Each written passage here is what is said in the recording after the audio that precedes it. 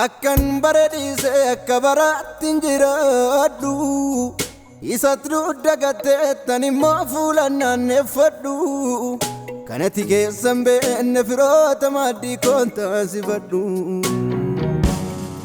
isa bakkeen tottolee keessisaa summii lubbuu baatu har'a koon goyyamsee galgala koon harkaa fudhatu atiitti nan kennin harka keerraa hamaan nan butatu salphina buufachuuf gabaadhu hattafin daldalu callee lubbuu fakkuu qotoota dacheen of hin kuulu ati na barsiisitu beeka akkan gochuu malu annoo kee jalatti gad of deebise miila kee jalan taa'uuf jallisise sirraan baradha yaa barsiisa koo dhugaa fuula kee baqadhee hin ta'u mokkaa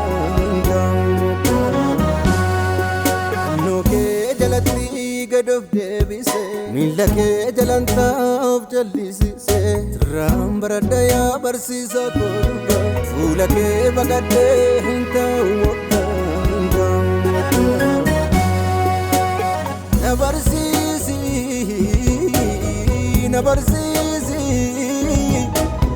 na barsiisi na barsiisi na barsiisi gooftaako na barsiisi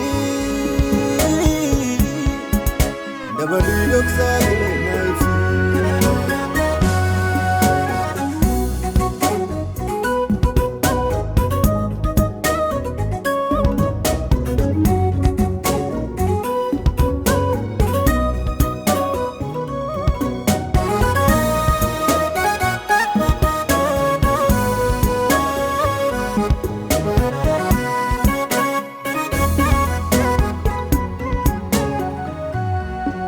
Kajeelfama keetta siif kajeela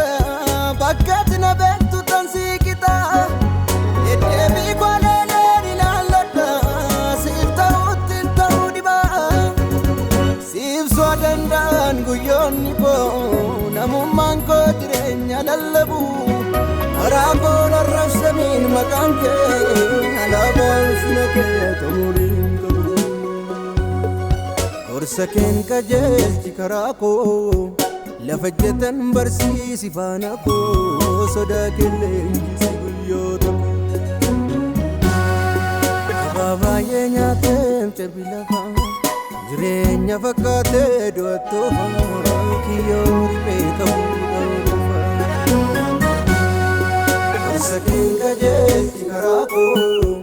lafa jetan barsiisi faana koo sodaa qilleensi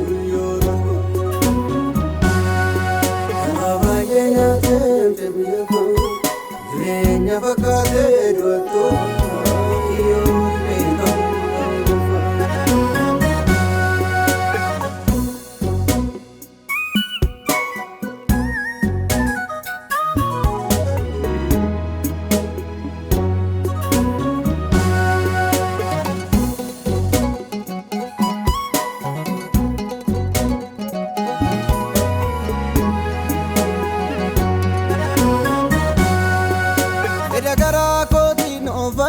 dhaqee taa'uuf fedhu faambolla gara yaada keettoof sassabeen arguu fedha garbii galgala hamma koosumna koosi beeka namooti sattummaa guyyoota milikee kan nafaaluuf kaatu atiitti nan kennin yaa goofta dubbiin kee miila koof ibsa daandii koorrattis naaf ifa milluu keen Ordofi faana koo kileena dacheeni tankufa naaf jabeessi ejjennaa amantii koo miila koo sigigaachuu soolchi amma dhumaat kan dhaabateen fayyaa yaa Yesuus tumuudha na tolchi dubbiin miila koo ibsa daandii koorrattis naaf ifa milluu keen ordofi faana koo kileena dacheeni Ejjenna amantii koo miila koo sigaachuu soolchi amma dhumaat kan dhaabateen fayyaa yaa Yesuus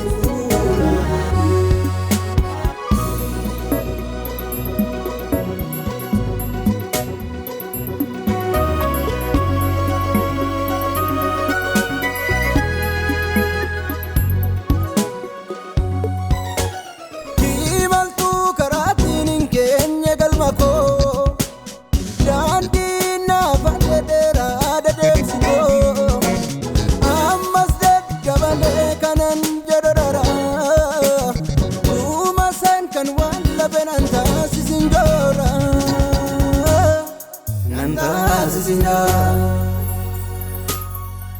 Imaltu garaatiin keenya galma koo daandii nama dheeraa deemsi koo ammas kan nama beekanan